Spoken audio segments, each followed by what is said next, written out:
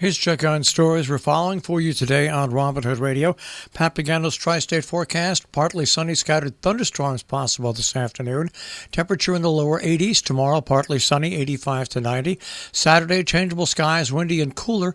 An afternoon shower, mid-60s. And on Sunday, partly sunny, breezy, 70 to 75. We'll get the full details on our Tri-State forecast coming your way in just a few moments. Stories that we're following for you today. The Lakeville woman has gotten 1 year for a fatal DUI crash. Victoria Merrill, 22 of Lakeville, was sentenced to 5 years, suspended after 1 year in prison and 3 years after an automobile accident resulted in the death of 16-year-old Shay Cohen of Falls Village.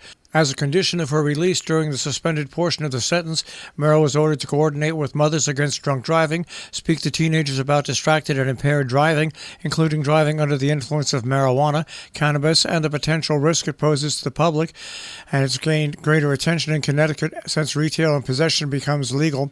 Merrill tested positive for marijuana use and admitted to police she was a regular user. Merrill was arrested 1 year after the crash for felony manslaughter, a charge reduced to misconduct with a motor vehicle under the terms of a plea agreement to avoid the trial. A Hudson Valley man allegedly trafficked in $1.2 million in drugs. 12 were indicted. 12 residents facing charges related to an alleged drug operation that flooded the Hudson Valley and Capital Region with cocaine, heroin, methamphetamine, and artificial Xanax pills. According to 2 indictments released Wednesday in Ulster County Court, the dozen, which included residents of Saugerties, Kingston, New Paltz, Wappingers Falls, and other northern areas, played roles in trafficking of more than $1 million worth of drugs in Ulster, Dutchess, and Saratoga counties. Some defendants were also accused of illegal possessing firearms, including assault weapons and high-capacity magazines. The first indictment contained 275 counts of various felony narcotics offensive. Christopher Polini, 39 of New Paltz, charged with operating as a major drug trafficker, which carries a maximum sentence of life in state prison if convicted. Also charged under that indictment were Ralph Banks Jr., 50, Thomas Colin, 60, and Nicholas Lasua, 31, all of Saugerties, Alton Countryman, 35, Tequila Countryman, 35, Kevin Drake Jr., 32, and Joshua Gildy, 21, all of Kingston, Julia Eaton, 34, of Gravensport, Zachary Valslak, 34, of Wappingers Falls, and Devin Wolney, 24, of New Paltz. Well, the Hotchkiss Library will announce the success of their capital campaign, honoring the past and forging the future, and the start of construction. The campaign, which is expected to raise about $1.5 million for the renovation and expansion of the library, raised $3.5 million by the close of the campaign. A press conference is scheduled for today in front of the library, 10 Upper Main Street in Sharon, at 11 this morning. The campaign was launched in 2020 to raise funds to restore, renovate, and expand the library, with particular attention making the facility accessible to all and creating a community hub for information, education, and discourse. Given the outpouring of generosity from the community, the project's full vision for creating a library for the future can now be realized, according to library spokespeople. A Salisbury group is seeking input and approval for access to proposed housing over the town-owned rail trail. Access to a donated 5-acre parcel of undeveloped land earmarked for 18 to 20 affordable housing units near Salisbury Village will be the topic of discussion at 2 upcoming information sessions at a town meeting vote this summer. The East Railroad Street land being donated by adjoining property owner Jim Dresser to the Salisbury Housing Commission before the project can move forward with design work and planning and zoning permitting. The Housing Committee must first obtain access to land over the old railroad corridor for a driveway adjacent to the Railroad Ramble Trail, also known as the Rail Trail. According to Peter Halley, co-president of the nonprofit Housing Commission, in order to obtain necessary access, they must have a town meeting and vote granting right-of-way along the town-owned railroad corridor.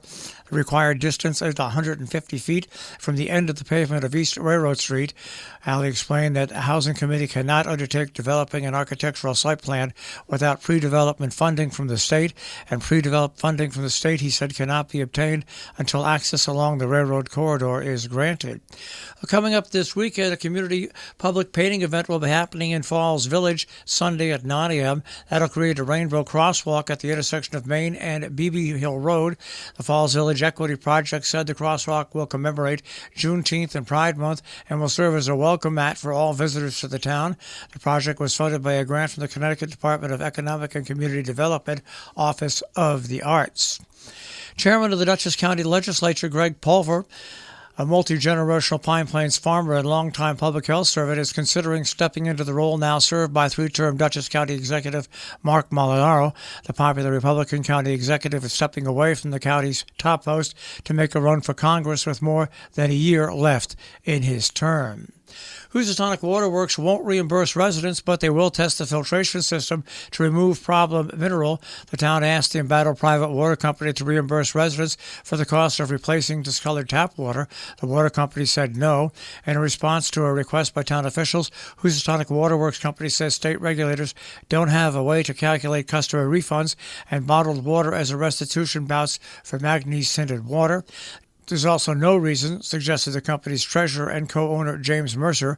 Regulators, he said in a letter, deemed the water safe to drink.